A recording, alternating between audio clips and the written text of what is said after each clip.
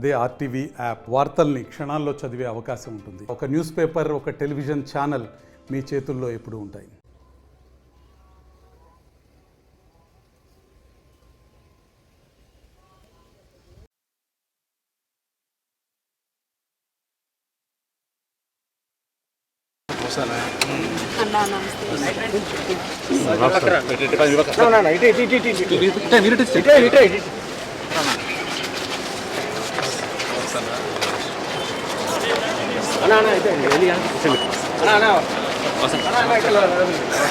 ఏదమ్మా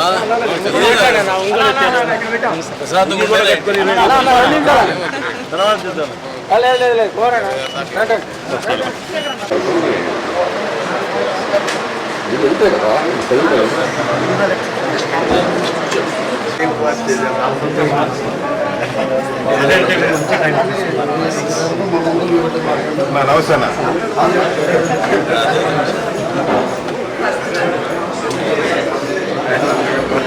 జనసేన అధ్యక్షుడు అయినటువంటి పవన్ కళ్యాణ్ గారిని కలవటం జరిగింది.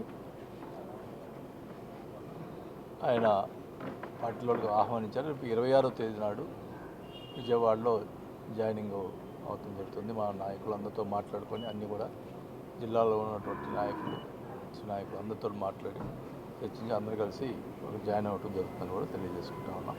మరి పవన్ కళ్యాణ్ గారు మొదటి నుంచి కూడా వ్యక్తిగతంగా నా మీద మంచి అభిప్రాయం ఉంది. 2-3 మీటింగ్లో కూడా వైఎస్ఆర్ పార్టీలో బాలినేని శ్రీనివాసరెడ్డి వాళ్ళు కొంతమంది వాళ్ళు మంచి వాళ్ళు ఉన్నారని చెప్పి కూడా 2-3 సార్లు ప్రస్తావించడం జరిగింది. దానికోసం అని చెప్పి నాకు జరిగినటువంటి ఇబ్బందుల వల్ల నేను పార్టీ మారాల్సి వచ్చింది. ఆల్రెడీ మనం చెప్పాను. ఖచ్చితంగా కూడా జనసేన పార్టీలో 26 చేరటం, జనసేన పార్టీ అభివృద్ధి కోసం నా సాయశక్తి కృషి చేస్తానని చెప్పి కూడా తెలియజేసుకుంటాను. వెళ్ళిన తర్వాత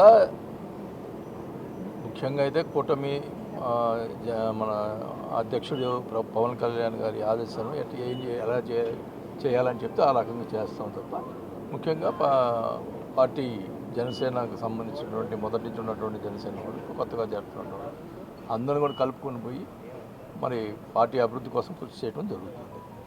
నేను ఒకటి చెప్తా ఉన్నా, నాకు 15 రోజుల క్రితమే ముఖ్యమంత్రి గారికి లెటర్ రాశాను క్లియర్గా. ఇక్కడ ఏదో ఆరోపణలు చేస్తున్నారు, మీరు ఎంక్వైరీ చేసి వెరిఫై చేయండి, నాది నా కొడుకు మీద ఎంక్వైరీ చేసి వెరిఫై చేయండి అని చెప్పి ముఖ్యమంత్రికే పెట్టాను. పొద్దు గూగుల్ ఎంక్వైరీ చేయి, అబ్బాయి ఇవన్నీ మాట్లాడితే ఇంకోటి కూడా అన్నాను నిన్న, పవన్ కళ్యాణ్ కూడా ఏం చేస్తాడు చూస్తామని. అంత అది పనికిరాదు, మంచి పద్ధతి కాదు అది. నేను ఎంక్వైరీ చేయమని చెప్పిన తర్వాత ఈ పొద్దుగూకులు 100 రోజులు అయింది కదా, ఎంక్వైరీ పెట్టచ్చు కదా, చేయొచ్చు కదా. ముఖ్యమంత్రికే లెటర్ రాసిన దానికేం ఇదిలే, ఇదేదో కావాలని జనసేనలో పోతున్నాడు ఇదని చెప్పి రెచ్చగొట్టేదానికి ప్రయత్నాలు చేస్తున్నాడు తప్ప ఇది ఏం లేదు. నేనైతే చెప్తున్నాను, నేను ఎప్పుడు కూడా కాంప్రమైజ్ ఎవడు కాను, ఇది కూడా చెప్తా ఉన్నా. ఇప్పుడు నేను ఎంక్వైరీ చేయమని చెప్పి నేను ముఖ్యమంత్రికి లెటర్ ఇచ్చిన.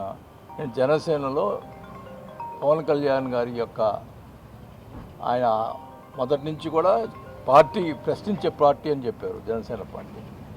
ఇప్పుడు కూడా ఇప్పుడు జరుగుతున్నటువంటి ఏమన్నా తప్పులు జరిగినా కూడా నేను ప్రశ్నిస్తా. ఈ రకంగా ఇప్పుడు నేను మొన్న క్లియర్గా చెప్పిన, ఏం చెప్పాను,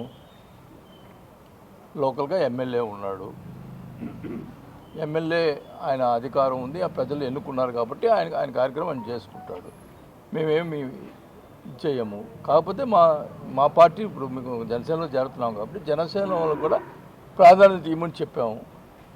అంత తప్పితే నేనేమైనా మాట్లాడాలా? ఆయన అనవసరంగా ఇప్పుడు మాట్లాడుతూ ఉన్నాడు. అది కూడా దాన్ని కూడా పవన్ కళ్యాణ్ గారికి చెప్పడం జరుగుతుంది.